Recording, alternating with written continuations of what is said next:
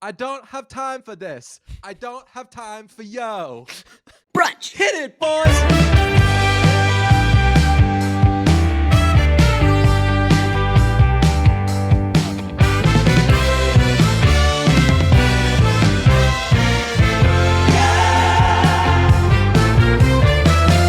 Guess who's up to date?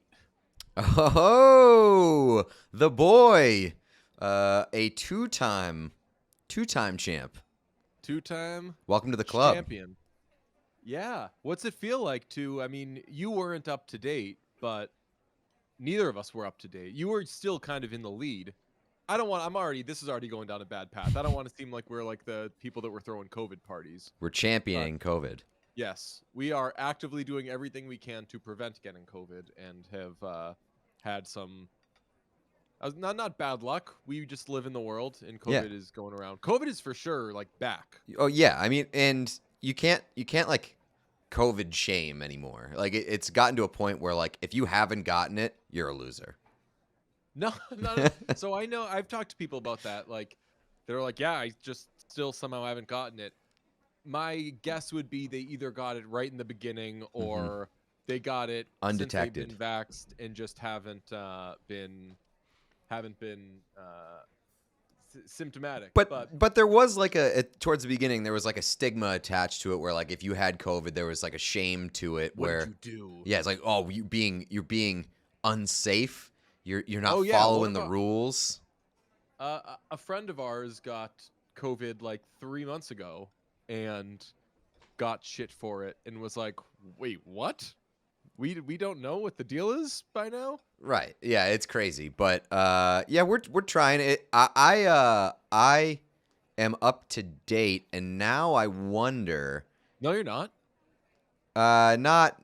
I like was up to date before the recent updates. So that's what I'm saying. Like I haven't.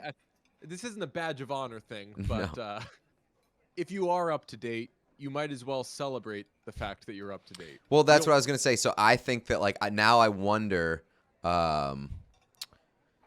like, do I still have that natural immunity? Because your theory is that you caught it on a night when we were together, and so I did not get COVID. So now I'm wondering like if that natural immunity is still kicking, or if it's just one of those weird situations. Do you want to know how stupid I am? Today is Tuesday. Last Tuesday, I woke up in the middle of the night with night sweats. I never get night sweats unless I am either getting on a new SSRI or having COVID-19. And I woke up in the middle of the night with night sweats, and I was like, huh. That's so weird. I never get night sweats unless I'm getting on a new SSRI and have COVID-19. And I'm not taking new medicine. And I honestly didn't even consider the possibility that I have COVID. And then like I had a sore throat the next day and I was like, damn, I'm getting all sorts of weird things happening to me. And I was like, ah, shit. So unfortunately I took a test like a day or two later than I should have. And I still didn't think that I had it. I just, I thought that I was being like a good guy. I was like, I'm going to go into work. I'm going to see some people. Let's take a test to be careful. And when I got it back like Friday night and it was like, you have had COVID-19 for days. I was like, oh, fuck me. I don't blame you for breezing past the night sweats thing. Cause like if it could, that happens, doesn't have to necessarily be, I know you said that it doesn't happen for you typically outside of those two scenarios in which you outlined, but I mean it happens, and if you don't like feel sick, then there's no reason to just like jump straight to COVID. Yeah, that was the thing, and yeah, man, I more took it as like, oh shit, like maybe I'm like a night sweats guy now. I have been a night sweats guy in the past where it just happens randomly. It sucks, but. Honestly, I have like weird things that happen to my body that are like stress or anxiety related. So I just assumed it was that. Right. I was like, damn. You just picked up a cool new thing. Guess I've got a lot on my mind. I'll have to unpack that later tonight. And it's like, no, go to the doctor. And I was like, oh, no wonder I had night sweats. I was stressed about this sore throat that I was getting. This all makes sense. It's all coming together. We famously did not tie the bow on Gyllenhaal week last week. Apologies to all of you. Well, people don't know this. Somebody got COVID. Yeah, that's right. And also, it feels somewhat fitting that like we really picked up steam. We hit our apex in Gyllenhaal week, and then we like kind of came back down to earth, and we were kind of coasting, and people are waiting for us to do something great again. It follows the career of Jake Gyllenhaal. Oh, I love that. And like I wanted to actually do some Gyllenhaal on this show. I don't know if this counts as wrapping up Gyllenhaal week. We should just bookend Gyllenhaal week with 2 public episodes. Not a bad idea. And maybe it will get people to sign up for the Patreon because, again, we shouldn't ever acknowledge this, but at the beginning of each month, you lose patrons, whether somebody was only doing it for the month or whatever. And we really don't want to do that because we have big goals and we have dreams and we want to have patrons in it for the long haul. Especially that can be a patron. Especially that 500 patron tier in which we just become cowboys. Yeah, and if you're not a patron, no, we discussed that in the public episode, right? Yeah. Yeah. Okay. So like Pete has now tied up the $1 million idea thing, and potentially even ahead of me because I think that us dressing for cowboys for what was it, 2 weeks? 2 weeks. Us dressing for cowboys for 2 weeks is a better idea than tomato fights. Hell yeah. I don't know why. Especially like if we are actively doing a lot of shit. Like if it's like 2 weeks in the summer where like we're going to a couple concerts, maybe we're going to like 4 Red Sox games. Maybe there's a wedding. You're right. Yeah, hell yeah. Just bolo tie and cowboy hat at a wedding, and you're the life of the party. You can be my +1. Should we give them a little taste of it? We're going to the Sox game on Thursday. Should we give them a taste and cowboy up? No, because let's cowboy up. No, I like the idea of making them wait. You don't want to. And my dogs are loving this idea. Apologies. Don't you like the idea of calling it cowboying up when you go to a Red Sox game? I do like You're that. Too young to remember this, but the Red Sox had a cruddy first baseman who was supposed to go play in Japan. He was okay. It was Kevin Lamar. Kevin Lamar. Kendrick Lamar. Kevin Millar. No, Kevin Millar was okay. Yeah. He had a good 2003, bad 2004, but then he opened up his stance like crazy, if memory serves. And it was like, that's weird. And then he ended up being decent. But his thing in 2003 was telling his teammates to cowboy up. I did not buy in. I did not appreciate or care for the cowboy up thing. Really? I liked all of the silly things. That wasn't in 2003. That was 2004, wasn't it? Cowboy Up, I believe, was 2003. I thought that Cowboy Up was the year they won. No, 2004 was Idiots. Let me see. Cowboy Up, Red Sox. 2003. Okay, all right. Yeah. 2003 was like, that was like the best year to be a Red Sox fan. Oh yeah, I was certain they were gonna do it, which is why it was the most heartbreaking day of my life on Game 7. If you were like an actual Red Sox fan, which like people got so defensive about like the whole pink hat thing and like, hey, no, I'm more of a Red Sox fan than you. Like I look back on this and I was definitely guilty of like, I'm a bigger Red Sox fan than this person or whatever. Everybody in Boston, even before the Red Sox got good, was like a bigger Red Sox fan than any sports fan was in any other town of any other team. Yeah, like, it's crazy. Like the obsession with the Red Sox was not over exaggerated. Like in the early 2000s and even in the 90s. Like the city was just obsessed with the Red Sox. The idea of not watching a Red Sox game or a Bruins game in my household was just like nothing else is on TV from 7 to 10. These things are on. And we weren't like tape the game type of people, but it was just standard that if like you have friends over, if you're doing something like, okay, like it's 7 o'clock, you put on the Red Sox game. And I think that you take for granted that like people typically don't do that unless like that's like their thing. if you lived in Boston, it was just like went without saying. Everyone in your family was a big Red Sox fan, watched every Red Sox game. Yeah, and like that happens, I'm sure, to like other cities and markets and stuff. But like when the team is good, like, and Yeah. these were famously not very good teams. So that's why 2003 rocked, Right. because they have this new GM who's doing this like dumb stuff, bringing all these cheap guys. When you're like, yo, sir, we have Manny Ramirez and Pedro Martinez. I would like you to get more of those guys, and then we win. And he was bringing in Bill Miller and Kevin Millar and Todd Walker and shit like that. And you're like, dude, what are you doing? But then they got really good. He even traded Shea Hillenbrand, who I hated that guy. I Well, was so happy when they traded him. he famously. You probably liked him. Me? Yeah. Did you like Shea Hillenbrand? I liked him until he said the hard F word on the radio. Oh my God, did he? Yes. I feel like I've explained this story to you like 6 times. Well, He was being black it out, because that's a thing. That's a terrible thing. he was rumored to be getting shopped by Theo Epstein one year, and then he like started hitting like crazy, and he went on the radio, and they asked him about like the rumors and stuff, and he said the words "trade me now," hard F word, directed at Theo Epstein, and he was traded like 2 weeks later. Wow. For Byung-Young Kim. Yes. Loved that deal. Who famously did not love Boston. He didn't love Boston. Boston didn't really like him. Opponents loved him when Yes. he played for Boston. That's right, because they just were terrible. home run derby every time out. But he used to be good. Yep. Once upon a time. Man, this Thinking 2 is sponsored by 47 brand.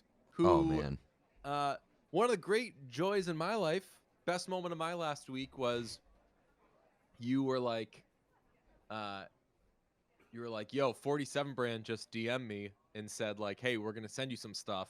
And I said to you, man, this is why I got to stop dicking around. This is why I need to actually try and boost my social media following, get that outreach that you're getting. And then a couple minutes later, you were like, oh, wait, never mind. The person's reaching out because they're a brunch listener. Huge win for me. Huge relief. Now I don't have to try it. Social media. 47 brand sent us both a bunch of stuff. And there was some debate as to who got the better package. I contend that we both got the best package for Well, ourselves. that's the thing. Like usually when you get a care package from a company, they'll send you the same thing, and it'll be like, here, we appreciate you guys, and that's always cool. But this package was so unbelievable because it was exactly tailored to all of our interests. Yeah, like it was completely tailored to like I got like USA Hockey, Texas, Bruins, Patriots, and you got like Celtics, Chargers. It was just like very specific things that we would like, and everybody else would be like, why is this included? Right. And even down to like, I don't have, I think until now, any Bruins stuff. Whenever I got Bruins stuff over the years, when I covered the team, I'd give it away, which is weird because we weren't tight enough yet at that point. If you were friends with me when we were like right at the beginning, back when we just had like a Twitter relationship, if we were like hanging out, you would have been swimming in cool Bruins stuff. Because anytime I got it, I just like gave it to my mom or like something like that, because I'm not gonna wear it. But now that I'm like out of that game and legitimately like consider myself a Bruins fan, it feels weird going out and like getting Bruins stuff. So I like having sort of Bruins stuff. Like I have a vitamin C hat that is Bruins colors, and they sent me 47 brand sent me an awesome Pittsburgh Pirates hat that is Bruins colors, along with the Bruins t-shirt. So Close like, enough. even like all of like the weird little things, they just check those boxes. And you mentioned the Chargers stuff. It's very hard to find good Chargers hats. Even when you go to the Chargers team store. Yes. I actually quite like, I was thinking about this the other day. I'm like, Pete's not a Chargers fan, but like he keeps an eye on them for me. Yeah. Like, like enough about the Chargers because you have a friend that is like suffering from whatever whatever Charger they're syndrome, doing. little And man like syndrome.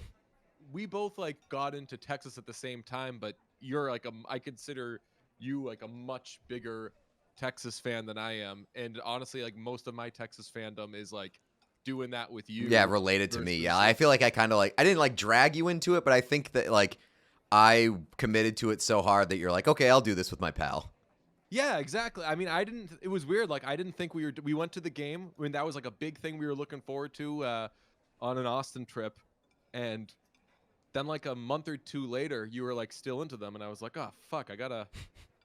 So Well, I gotta. I've been looking for a college football team my entire life. Like being from the Northeast, not a lot of awesome options up here, especially if you want like the atmosphere and the hype to play into it. Like you can be a BC football fan, but I mean that's not gonna really spice up your Saturdays too much.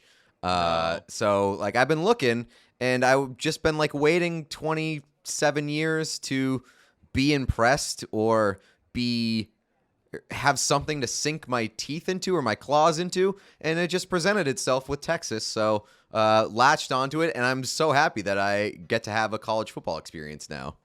Yeah, I can't even remember. I used to be into college football. I can't even remember who my college football team was. I honestly think it might have still been BC because my father went there, and around the time I was into college football was when BC had like Brian St. Pierre and then Matt Ryan, and they were like, I think they were like Brian third in the Toll, nation yeah, at one point. Like, they were Andre like, Callender. yeah, oh yeah. Did they have they had a Tony Gonzalez, I believe. I believe so, not A the Tony receiver. Gonzalez, No, but a famously- smaller like slot receiver or was it Anthony Gonzalez? I think it might. No, Anthony Gonzalez. That might was have a Colts been receiver, player that right? Played for the Colts. Yeah. Yeah. Speaking of Tony Gonzalez, shout out him being like the only good. No, that's not true. Sean Evans, only good. You didn't watch much of the NFL draft. Didn't but watch any of the NFL draft. Whoa, they were doing celebrity picks for rounds 2 and on, and I'm sure you saw the guy from Blue Mountain State. An actor came out and he was announcing a pick. I forget who it was for. I think it was the Vikings, and he tried to bang out a sloppy 5. Oh no! Not even so you didn't see a woman came on stage that worked for the NFL, had a headset on, walked up to the podium, smiled at him, and pointed to the card and was like, "Those are actually the words that you should be saying right now." It was a Blue Mountain State guy. Yeah. Was it like the tall, handsome one? He plays like Jack Reacher now, or was it a different one? He had gray hair. He was Okay. handsome. Wouldn't shut the fuck up. Okay, interesting. But he was up there doing God knows what. It was. I only saw Sean Evans. I saw somebody else, and then Dr. I Disrespect. love Sean Evans and the way he carries himself. Same. Definition of a good hang. I know Yeah, that we've only absolutely. remotely hung with him, but I remember you said right after we did tomato fights, you're like, that guy would be an awesome hang. Absolutely. He seems like a guy who doesn't take any of it for granted, which is cool. Yeah, like he does a lot of like food eats first things Yes. on his Instagram story, but I legitimately read it as like if you and I got to go to one of those dinners, we'd be like, "Yo, check out this shit." Not Yeah. food eats or Phone eats first, yeah. First we feast. Yeah, that's right. Sean's big into to the order of eating. Yeah, we also had the discussion that like that Sean Evans entourage or like gang that he hangs out with is so wild and so all over the place, but I want to be a part of it so bad. Yeah. Do you I mean, I bet he'd. It's a good question. I mean, if we were in proximity, I think that he'd hang. But I don't know if he'd like invite us to like the whole gang. Maybe he'd take us to like, yo, let's get drinks, and then like he's gonna meet up with them afterwards. Yeah. And then like if we pass the vibe check, then we get extended the invite or something. But I want to infiltrate that gang really bad. I haven't, man. I haven't been in a situation like that in so long. Maybe Yeah. just because like we don't meet new people anymore. No. But remember when shit like that would happen? You'd be able to like, someone who like you think is too cool for you or whatever gives you an inch. Yeah. And you're like, all right, let me pass that test, Yeah. and then next thing you know, gonna be hanging out with cool people. Part of that gang and a guy that I'm like now Not semi-obsessed is maybe a little bit too strong, but I'm very intrigued by Dylan O'Brien. I don't know much about Dylan O'Brien, and if we're getting into Gyllenhaal week, we can talk about the fact that he starred in the All Too Well 10-minute movie or whatever. I don't know too much about Dylan O'Brien. I think that he was like a child actor that like a lot of people became obsessed with and have like since followed him.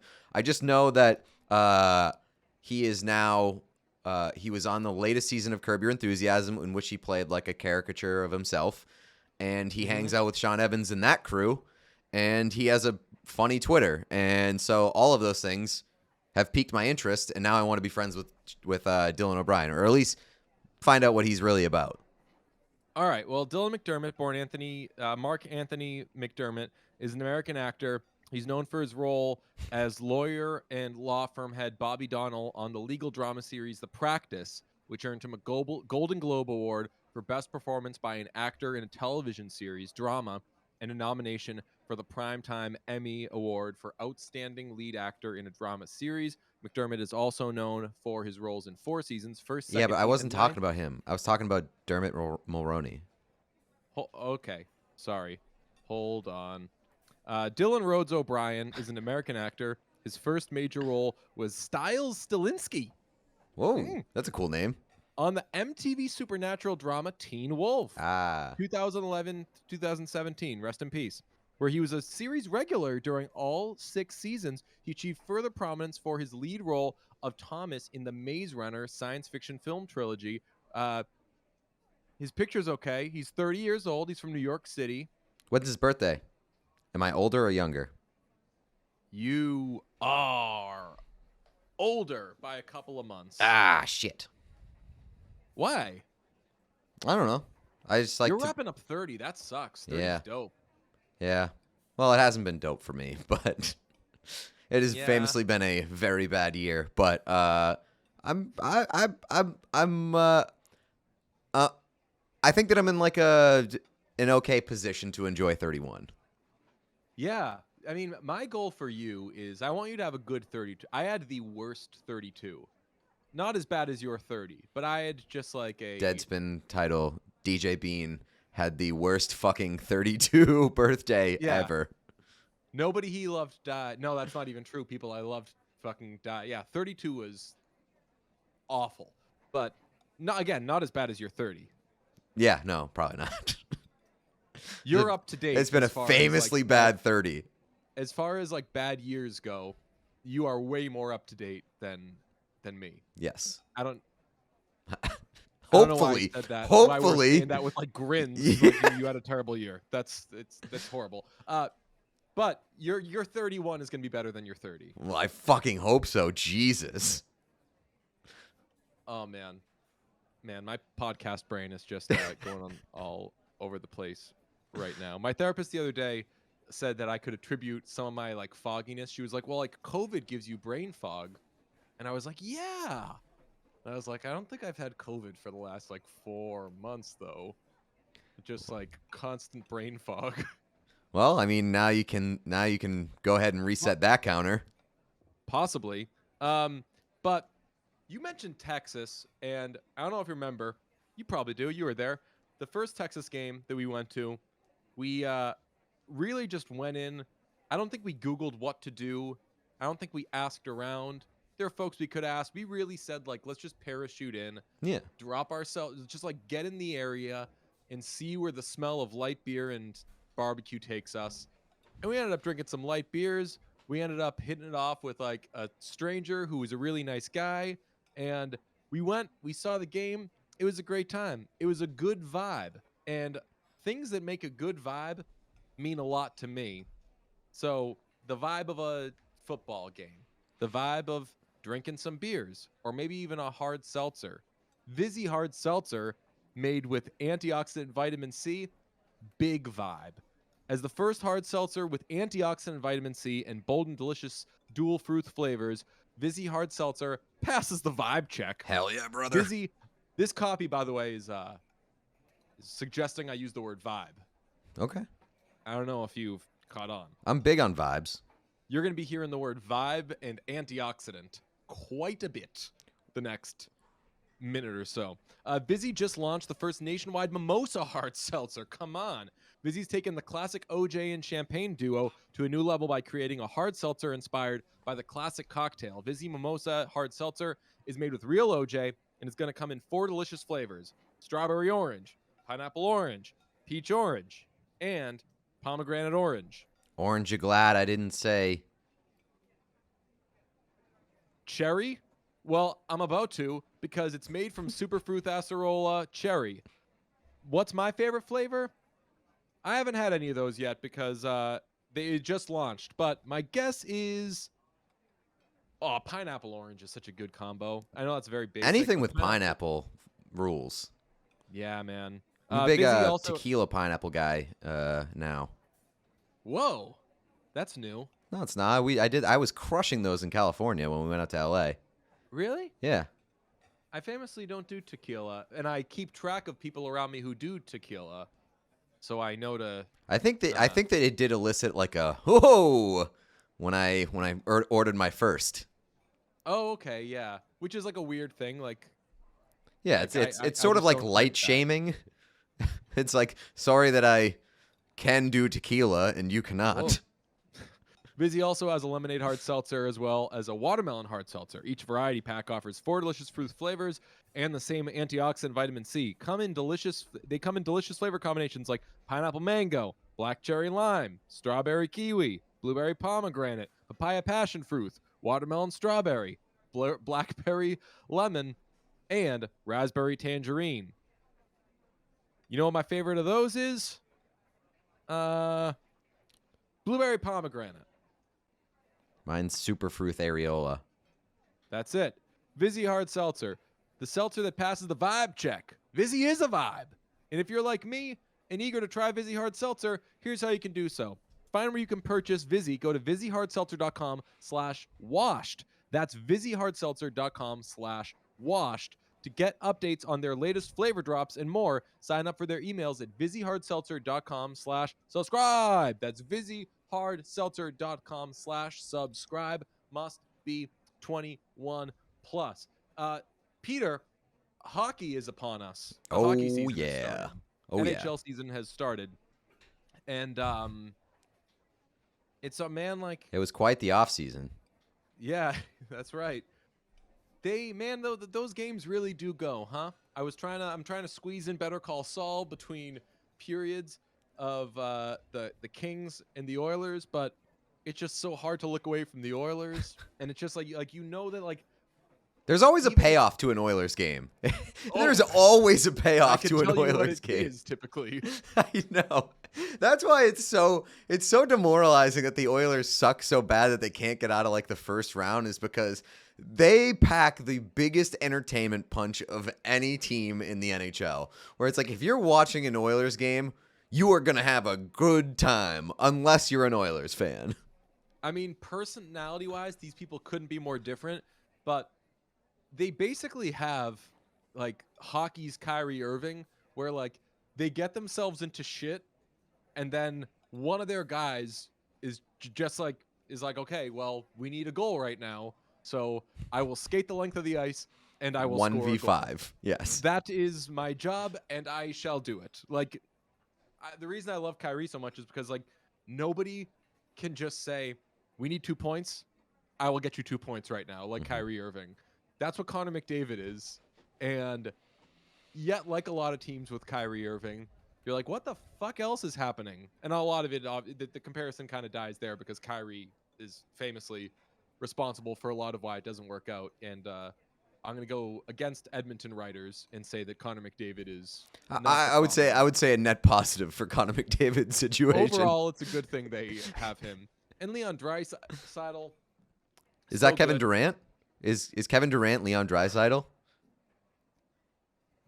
Honestly, could be, because like at any given time there is an argument to be made for him being the best player in the NHL, even though like there's usually 1 or 2 people ahead of him. I would say Kevin Durant is probably like a better overall player, but it's a close enough comparison. You know what?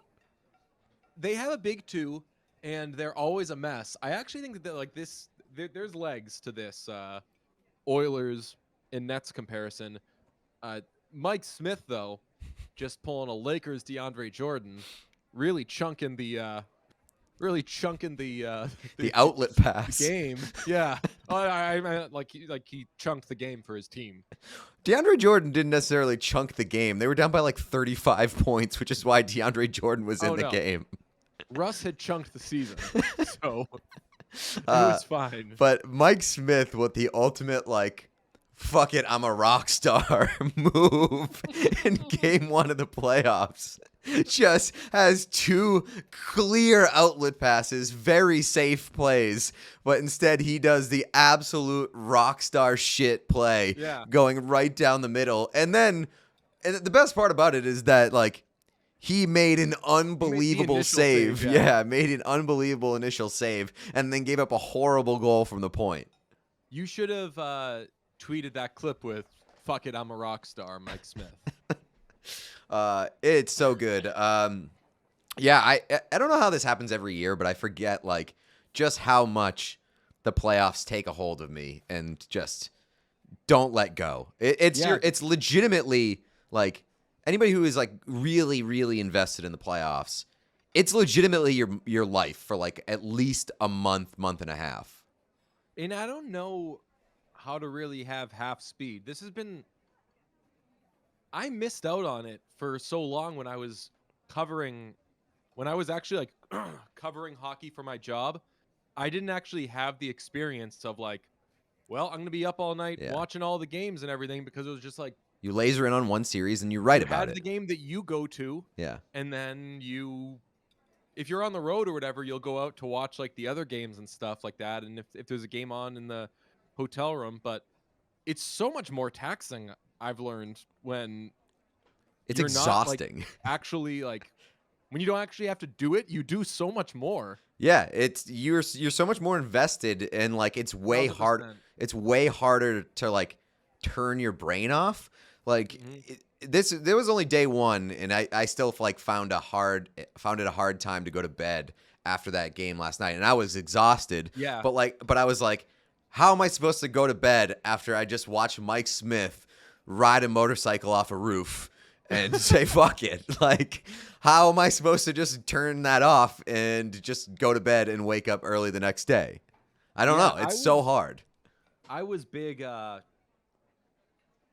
the horn rerun to try to fall asleep to. I just kept the TV on ESPN as I tried to fall asleep to like Sarah Spain and Kevin Blackistone yelling at each other about upcoming sporting events that had already happened. Yeah, I was quite confused as to why ESPN was showing that. That's a wild choice for programming. I quite liked it. I was like, whoa, like this is... It would be way cooler if they just played like a very random Around the Horn from the archives. Yes. I pushed for that during the initial like quarantine of COVID. I suggested a million ideas to work that rightfully they were like, we probably don't want to do this. But one of them was like, they were showing like classic Celtics games, and it was like KG, Paul Pierce, whatever. And I was like, yo, can you show like a truly random ass Celtics game and have me and Gary Tangway call it? Because I promise you, neither of us will know fucking dick about it. That would be actually a very good and entertaining idea that probably nobody would enjoy. I don't know, like you know this about me. I struggle with like, ooh, like I think this is a really good idea, like from my perspective, and then I'll never execute it because I'm like, well, I'm the only fucking person who would like it, so it's not worth doing. But we do live in an increasingly niche world. So as I look back on that, I'm like, fuck, I actually wish that we did do that. Like, that would be watch that. I mean, if you could get away with it with like rights and stuff, and I don't know if you could. If you could, no. I'm saying like it would be a good idea to do that for like a Twitch channel where like once a week you have like you and somebody else, you and like a commentary person just watches the most random old game that you can find. You have no idea who's really involved, what the outcome is, and you're just doing play-by-play. That would be kind of funny. So that's kind of like what you're describing is kind of like remember the Sklar brothers had a show called Cheap Seats? Mm-hmm. I don't think that that's exactly what they did, but they did something like that where they showed like old footage and dicked around. But Those For some guys, reason. like really, really like maximized their shine. Oh yeah. I I didn't think I it's didn't know how to put that lightly or politely. Yeah, no, there was like a 7-year period where every time they were on your screen, you were like happy for them. You're right, but like You're like, didn't whoa, really good for them. understand what they did. Good for them. Like you're not even funny, and you're whoa, that's great. They played They were on Breaking Bad. uh Entourage. Entourage. Okay. Yeah. Did you watch Saul? I haven't yet. This is such a good episode, by the way. We're like really just like catching up. Yeah. I haven't yet watched Saul or We Own the City. And we didn't get to talk about We Own the City, but first episode was great, and I'm excited about it. But Saul has also been predictably fantastic to this point. Saul is going in an amazing direction while Barry is going in a caca direction, unfortunately. I'm not as low on Barry as you are, but I will acknowledge that I am significantly less invested than I expected to be. I just really like don't care a lot about what's happening in Barry. Yeah, that's the thing. Like, I was talking about this with a friend. I think that as much as we love Hank, I think a lot of people are starting to realize you don't actually care about Hank. You don't care about his storyline. You don't care about Cristobal. I think it's like, well, the thing is, for a second in episode 1, I was like, oh, like they acknowledged that Hank is gay. Like I couldn't remember if they'd ever done that. So I'm like, well, that's interesting, I guess. And like, but like his story just is nothing. well, yeah, well they've separated all the characters too much, and maybe that was inevitable. But I feel like now Gene has his story. What's the name? What's the name of the woman? His girlfriend? Yes. Sally? Sally has like her story. Hank's on his story. Maybe they'll all come back and sort of be intertwined at some point. But now it just feels like Barry is the thread holding all of them together, but they have their own stories. And I'm just like not interested in their individual stories. I totally agree. And it's a shame. But I mean, I'll keep watching, I guess. But I love, man, you are going to be... Something happens in the most recent episode of Better Call Saul that... As it was happening, like I just got chills because I'm like, I bet everybody watching this right now is realizing, wait a second, this has never happened in Better Call Saul. And it's... I'll just leave it there. Something involving some like main characters happens that you realize hasn't happened yet in this Okay. show. It's not Jimmy and Kim having sex. I have thought about that sometimes. They have had sex. I know, but they're like their relationship is really not portrayed as like very romantic. No, it's like they understand each partners, other. but- Yeah, they more like understand each other than like when there was a moment where in the second episode where when Jimmy and Kim both said audacious or something. They were like, I would say that it's audacious. Oh, and like Kim turned around and like gave him the eyes, and I was like, I'm almost uncomfortable by like her giving Jimmy the sex eyes. Right. Yeah, it's strange. But yeah, great episode. Love where Saul is going. We're big watch Better Call Saul people, so No we spoilers. can't talk about something that happened with One of our favorites. King. Mm-hmm. Just really a great character, and something a critic said that I was watching an interview with him. We're talking about Nacho, and Michael Mando said an interviewer asked me one time like if I ever considered that like I'm like the anti Walter White for like this universe because like I'm breaking good. And I was like, oh, holy shit. He really is. Cause he's like, he's the person that starts off in this bad world and he has so much fucking integrity that as it goes on, he gets like more and more and more and more and more pure. What a fucking character. And he's like looking out for the people in his life that he cares about, whereas All he Walter cares was about like is the chat. jeopardizing his family and like really kind of like selfishly motivated. Yeah, man. His storyline and everything is just so fucking good. I want to bring this up on hockey. I banged out a Squid Games meme last night. Called my shot with you too. Yeah, you Texted did. it to you. Said, "Hey, no RT allowed on this one, buddy. I'm gonna do a Squid Game meme for hockey, and I bet this is a high number for me." I said, "I bet it gets 10 retweets without breaking a sweat."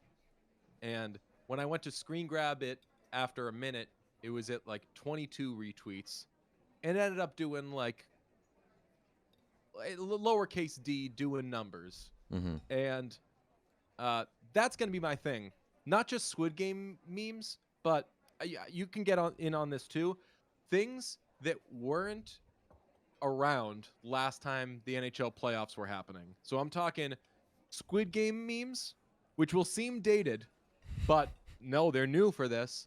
A lot of like Will Smith slapping Chris Rock type of stuff.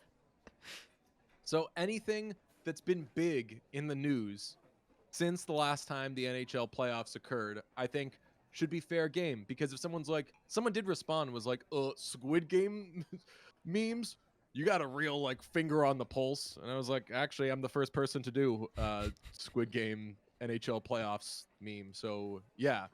So if you think of anything, fair game. I mean, you're big on the Anna Delvey train, or were. Oh shit, yes. So there you go. There's a lot of ammo there.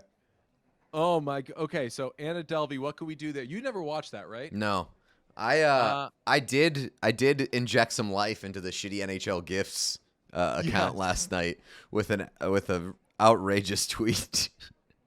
Oh yeah. But that's probably gonna have Direction. that's now become like my safe haven for like I'm not sure if I should tweet this from the personal account. So that's initially like what the brunch account was. yeah, right. So this one is hockey specific. That used to be my like I can blame stuff on you because you were always like a raunchier tweeter Yes. than me. Not like Just like offensive. sophomoric. Yeah. So if I ever had like a penis joke, which I so rarely do, I was like, that'll go there. Although actually I did. You had a penis joke this week. One time. What was my penis joke? The guy with the arm penis. Oh yeah, and I just gave it just a handshake. handshake. There's a guy who had a penis grow out of his arm. Did you read that story? Nobody read that story. No, I can't imagine. Only. I can't imagine. This dude's dick just fell off.